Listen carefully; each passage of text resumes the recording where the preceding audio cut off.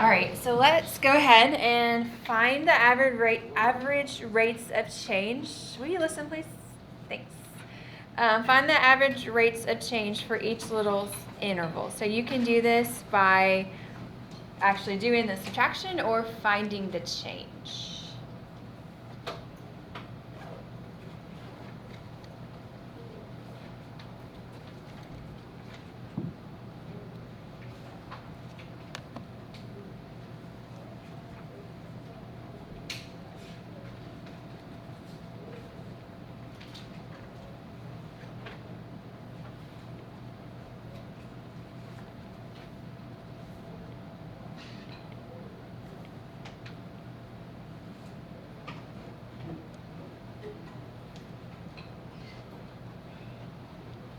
All right, so what type of function do you think this would be? Yes. So we have that constant rate of change is going to be a linear function. All right, now that's nothing new. That's what we did yesterday. Today we're going to look at how those rates of change are changing. So if we're looking at this, how much did it change? Like what numerical amount did it change? 0.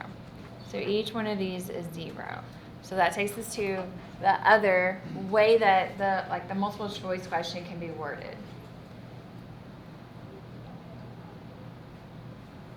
So we are going to flip on the second, or the last page actually.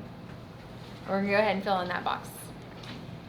So for a linear function, since the average rates of change over consecutive equal length input value intervals can be given by a constant function, which is what we learned yesterday, these average rates of change for a linear function are changing at a rate of 0.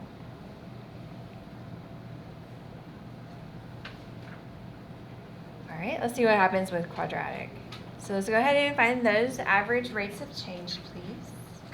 This you can do without a calculator. These numbers are a little bit more difficult to subtract in your head.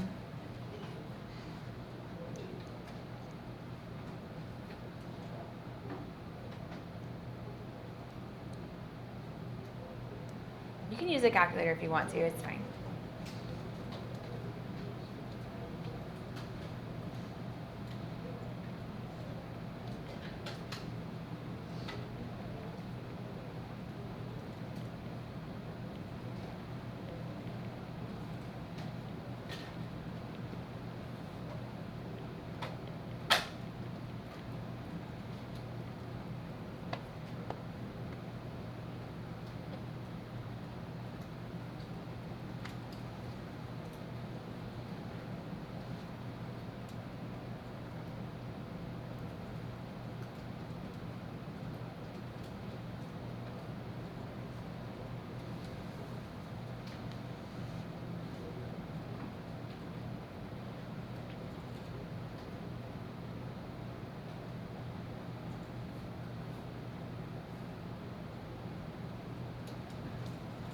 So what type of function would this be?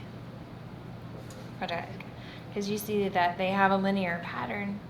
They're increasing by 4 each time. So that was what we did yesterday. So today I just answered the question I was about to ask. What is the change in the rates of change? 4. It's going to be positive 4, but that's okay. They're increasing by 4. It's fine. It's not a big deal. All right, and so the next box for a quadratic function, since the average rates of change over consecutive equal length input value intervals can be given by a linear function, which is yesterday, these average rates of change for a quadratic function are changing at a constant rate.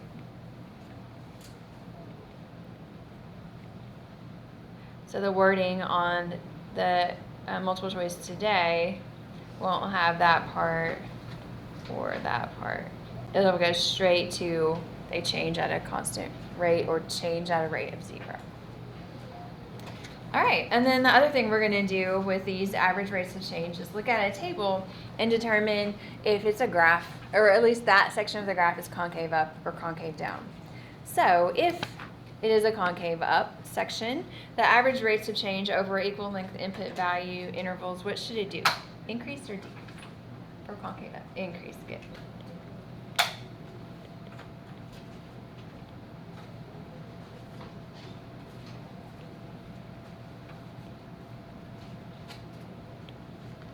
And then concave down is going to be decrease.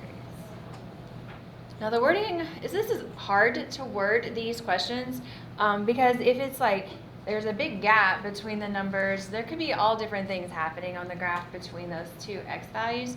And so this has really small intervals, and the question it says could be concave up, concave down, or over the domain.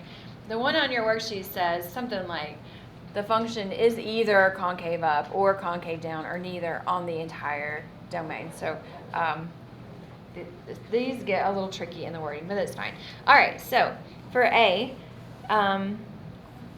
for all of these, sorry, we're going to just find these little rates of change and decide if the graph could be concave up, down, or neither. Okay, so let's find these changes. So 4 to 1 is a change of -3. 1 to 1.1 is a change of 0.1. Do you guys know how -3 will change if you divide by 0.1? It is going to increase. What is dividing by 0.1 the same as multiplying by? 10. So these are doable in your head, a lot of them. There was one on the worksheet that someone was trying to do in his head, and it wouldn't work out, but it was fine. So dividing by 0.1 is the same as multiplying by 10. All right, so here that changes -2 over 0.1, and then -1 over 0.1. Now, negative numbers do tend to confuse people when you're deciding if these numbers are increasing or decreasing. But from -30 to -10, is that getting larger or smaller? Larger. So these are increasing. So that means that this function, at least on that part, should be concave up.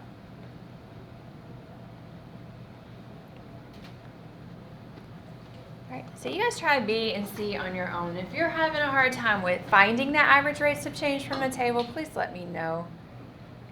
We're doing that a whole lot.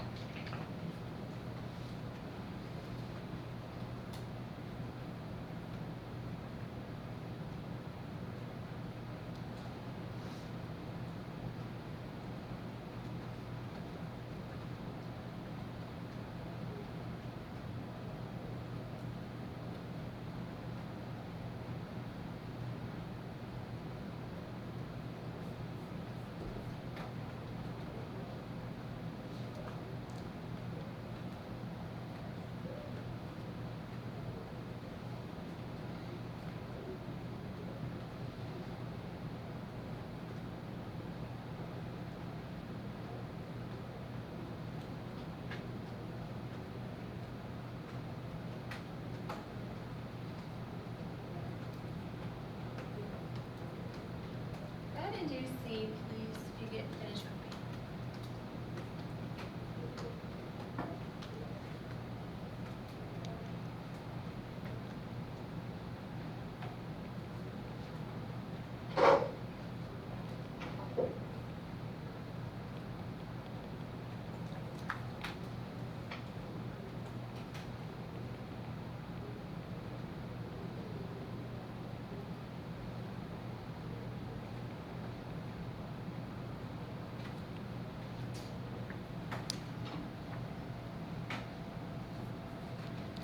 All right, so what about B?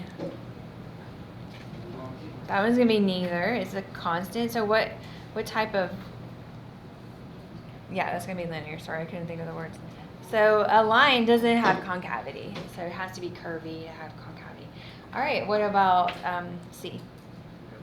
Concave up. Oh, concave down. So those are getting smaller. So that's going to be concave down.